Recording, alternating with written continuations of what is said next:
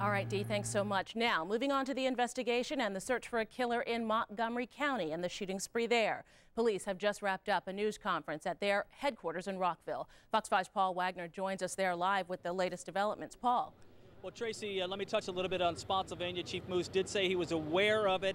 As Dee just mentioned, they are sending investigators down there, but he doesn't have any other information on that. He will hold another press briefing here at 6 o'clock tonight. Perhaps they'll have some more information. Now, there are a number of questions tonight about a shooting that took place on Georgia Avenue last night in the district and whether or not that is connected with the 5 murders here in Montgomery County. We can tell you this, that D.C. police have been able to find shell fragments, bullet fragments from that murder, and those fragments were initially being taken to the D.C. Police Ballistics Lab. However, we've just been told that those fragments are now on their way here to Rockville, to the Alcohol, Tobacco, and Firearms Lab, which is just down the street. Now, here's the reason why police are so interested in this case. There are a number of similarities that John Henraham will be getting into a little bit later in this broadcast. But we are told now by ATF that if the fragments that are given to them are large enough, they will be able to tell whether or not it's the same ammunition that was used in these shootings here in Montgomery County. Now let me get on a little bit to the white truck. All day long you can hear on all of the police radios a continuous search all around the Washington area for these white Isuzu or Mitsubishi style trucks. Now, another question came up to Chief Moose today. Because you only had one witness that saw this truck, are you perhaps getting a little bit concerned that maybe this truck wasn't involved? This is what Chief Moose had to say about that. We still think it has something to do with our case. I'll remind you, if it didn't, then I certainly wonder why that truck hasn't driven up here to headquarters and had the people driving it explain why they were at the scene that day and let us clear them and clear their name and clear their truck. So since I don't have that truck, I can only assume there's a reason, and we're going to continue to look for it.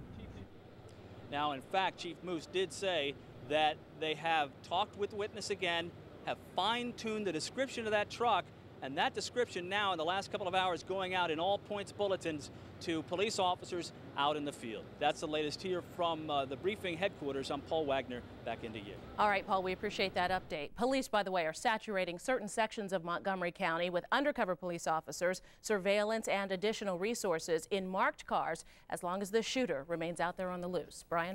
Find the gun, you'll find the gunman. Police are narrowing the scope on the type of gun used to help close in on this sniper. They're hoping that if they find the weapon used, it may reveal information about who this heartless person is. Let's go to Fox 5's Bob Barnard. He spoke with an ATF agent working the case and brings us up to date from Rockville. Bob? Well, Brian, federal agents are helping police try to pinpoint the exact type of weapon and ammunition used by the killer sniper. ATF agents and lab technicians here in Rockville believe the gunman is using a high-powered rifle loaded with high-velocity bullets. Federal firearms investigators this morning brought out several high-powered rifles, the type of which investigators believe the sniper killer is using. Certainly at this point I have no indicator of two weapons. And my experience would say that you got a driver, you got a shooter. A gunman who appears to be using high-velocity but small-caliber ammunition. What this is a .223 caliber ammunition round. Essentially, it's a .22 caliber projectile. Investigators are not saying whether they've recovered any shell casings or are just relying on fragments of bullets taken from the victims or crime scenes. So we're not trying to say that these are specifically the firearms. It's to say anybody that has firearms similar to these, anybody that you've seen with ammunition similar to this, if you have any information of anybody acting strangely, missing, that owns these, that the guns are missing, to call the hotline. Again, this particular firearm is a Colt AR-15. ATF agent Joseph Reel says these types of high-powered rifles and ammunition can be purchased at gun shows and are sold at gun stores. What kind of person would he suspect is behind the killings?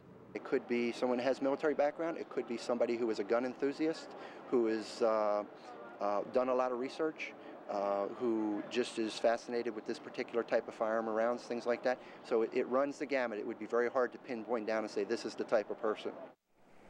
Now, Chief Moose says in the hours since those weapons were displayed before the TV cameras this morning, calls to the hotline here have spiked considerably. But Brian, so far, no leads that have led to an arrest. All right, Bob Barnard, seeing those guns, maybe that'll help spark somebody's recollection of this. The ATF is conducting tests on all the bullet fragments at its crime lab in Rockville.